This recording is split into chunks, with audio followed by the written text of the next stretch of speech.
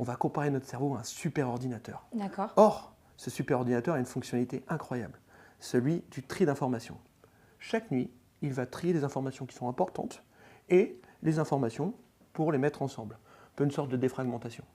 Génial, c'est pour ça qu'il est important d'avoir une bonne quantité de sommeil pour que notre cerveau ait le temps de faire ça. Mais parfois, on a l'impression d'être victime de ce tri d'informations. Il va donc falloir faire l'effort d'expliciter à notre cerveau ce qui fait vraiment sens, ce qui est important pour lui. D'accord. Et c'est là qu'on gagnera en efficacité. D'autre part, en explicitant, on va pouvoir bénéficier de plus de concentration et d'autre part, de l'exécution des tâches en arrière-plan. Je continue l'informatique. Les tâches en arrière-plan, mais je suis un être humain, tu es au courant? Je ne suis pas sûr quand je t'ai entendu chanter.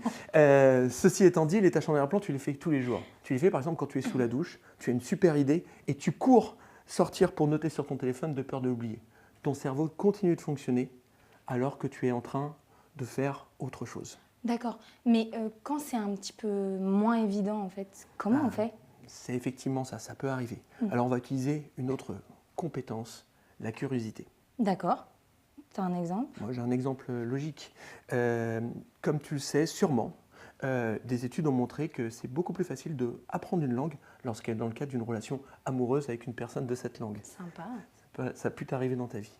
Mais, à côté de ça, quelle difficulté quand on était au collège pour essayer de nous souvenir de l'allemand avec ces notions complexes. On pensait que c'était complexe, mais en même temps, on apprenait d'autres choses encore plus complexes. On avait parfois du mal à voir l'intérêt. Et donc, on se disait, ça ne sert à rien, et on n'apprenait pas. Donc, ce qu'on va devoir faire, c'est dépasser nos a priori d'inutilité et chercher vraiment à comment ça peut nous servir dans nos objectifs de vie. En l'occurrence, pour moi, l'allemand aurait pu me servir à me faire de nouveaux amis, voire plus si affinité. D'accord, tu perds pas le nord. Donc en fait, faire preuve de curiosité peut suffire à être plus efficace?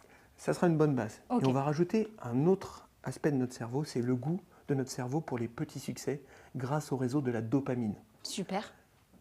Pour t'expliquer comment ça va fonctionner, ton cerveau va être rajouté, on va rajouter une dimension de jeu avec un enjeu pour que notre cerveau ait envie d'apprendre toujours plus. On va gagner des succès, il va être encore plus motivé grâce à la dopamine qui va sécréter de l'envie d'avancer. D'accord, ça paraît super sympa de mettre du jeu dans toutes les tâches qu'on réalise, mais comment on fait pour le faire? Eh bien, tu sais quoi? On va utiliser les recettes qui ont été développées par un des spécialistes du jeu vidéo qui s'appelle Yann Bogost. Et pas Johan Bogos. C'est pas moi de le dire. Les deux éléments sont à la fois la nouveauté et la difficulté croissante.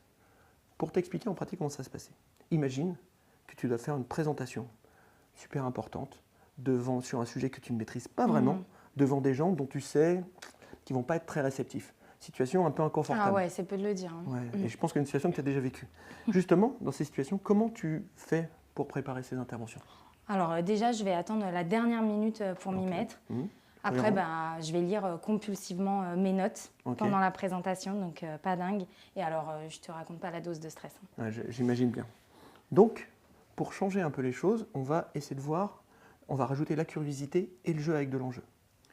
Première étape, on va voir en quoi ça peut se rattacher à nos objectifs. Peut-être, toi, tu vas pouvoir te dire, ça va me permettre de partager du contenu intéressant. D'accord. Deuxième point, tu vas développer en plusieurs étapes dans lesquelles tu vas pouvoir atteindre tes objectifs, de plus en plus durs. Première étape, définis tes objectifs. Deuxième étape, tu vas définir tes interactions avec tes participants. Troisième étape, tu vas peut-être faire ton contenu. Puis quatrième étape, tu vas l'apprendre. Chaque fois, tu vas gagner, chaque fois, tu vas être contente et chaque fois, tu vas avoir envie d'avancer. Super. Donc, si on reprend ce qu'on vient de voir, je vais essayer de me rappeler la motivation que j'avais avant la Skills Week. Donc, je voulais former vraiment des milliers de participants pendant 45 minutes grâce à une expérience d'apprentissage inédite. Je voulais aussi que nos animateurs se sentent bien, puisque c'est important pour moi que mes collègues soient heureux au travail. Et donc, bien sûr, pour ça, je me suis fixé des objectifs, des indicateurs clés. Très bien. Et voilà.